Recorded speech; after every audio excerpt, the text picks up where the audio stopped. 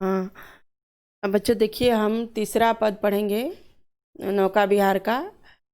नौका विहार में प्रस्तुत पदांश में नौका विहार करने के दौरान गंगा की अपूर्व छटा का वर्णन किया गया है।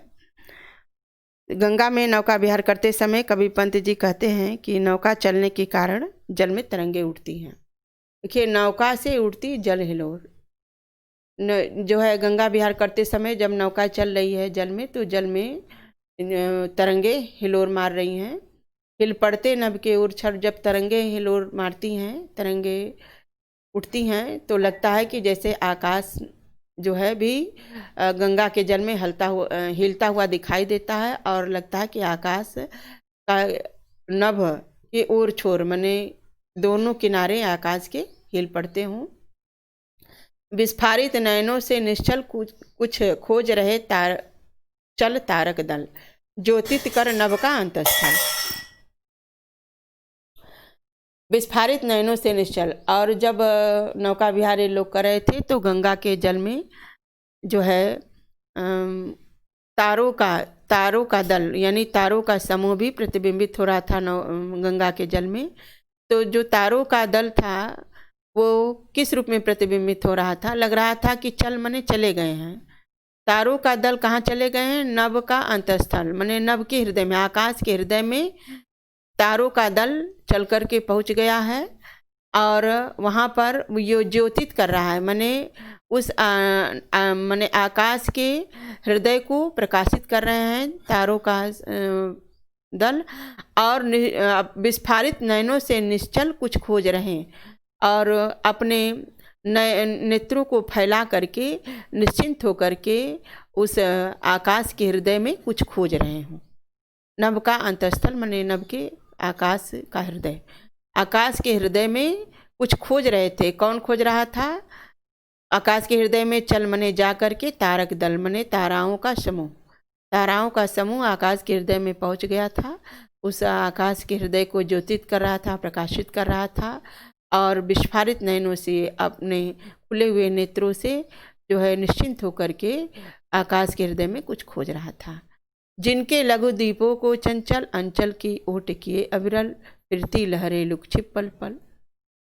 अब कह रहे हैं कि जब हम लोग नौका विहार कर रहे थे तो लहरें जो है लुक छिप जा रही थी, बार बार प्रकट हो रही थी, बार बार छिप जा रही थी। पल पल माने क्षण क्षण लहरों का खेल चल रहा था। फिरती लहरें माने लहरें घूम रही थी, खेल रही थी, और उन लहरों के बीच में जिनके लघु दीपों को चंचल, उन लहरें जो लुक छिप का खेल खेल रही थी, बार बार छिप रही थी, प्रकट हो रही थी, उन लहरों के चंचल लहरों के बीच में जो लघु दीपों के समान लग रहे थे तारे, जो तारों का समूह था वो छोटे छोटे दीपक के समान लग रहे थे, और अंचल की ओट किए अविरल।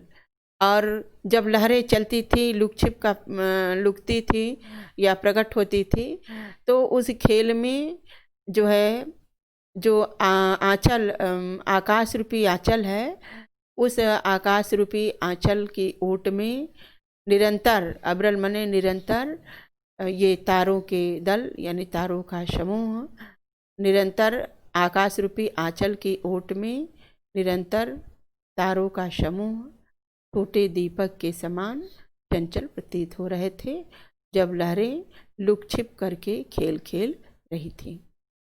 इस प्रकार से प्रतीत हो रहा था। सामने शुक्र की छवि झलमल, पैरती परिसी जल में कल। और कह रहे हैं कि उसमें शुक्र तारा की भी छाया परछाई गंगा के नदी में दिख रहा था, वो झलमल करते हुए शुक्र तारा भी दिख रहा था। पैरती परी सी जल में कल, वो शुक्र तारा परी के समान दिख रहा था, और लग रहा था कि जैसे कोई परी इस जल में खेल रही हो, क्रीड़ा कर रही हो। और पहले कचों में हो ओझल, और जो गंगा का जो लहर था, उस रुपहले वो लहर जो है बाल कच मने बाल के समान लग रहे थे।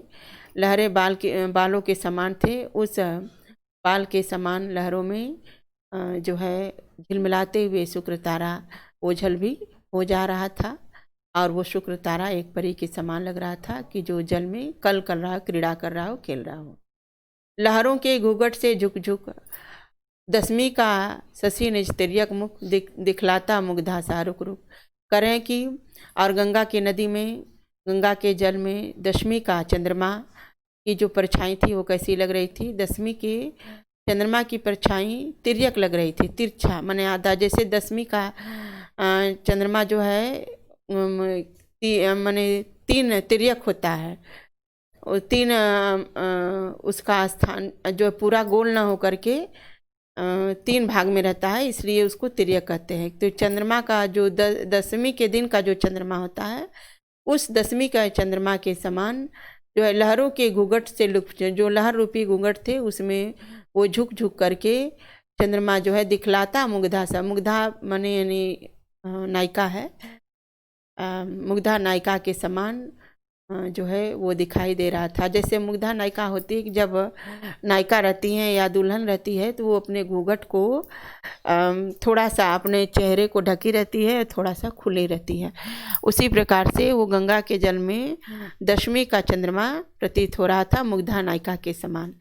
मुग्धा नायिका जो है घूंघट तो काढ़ी है लेकिन अपने मुख को थोड़ा सा खोली है।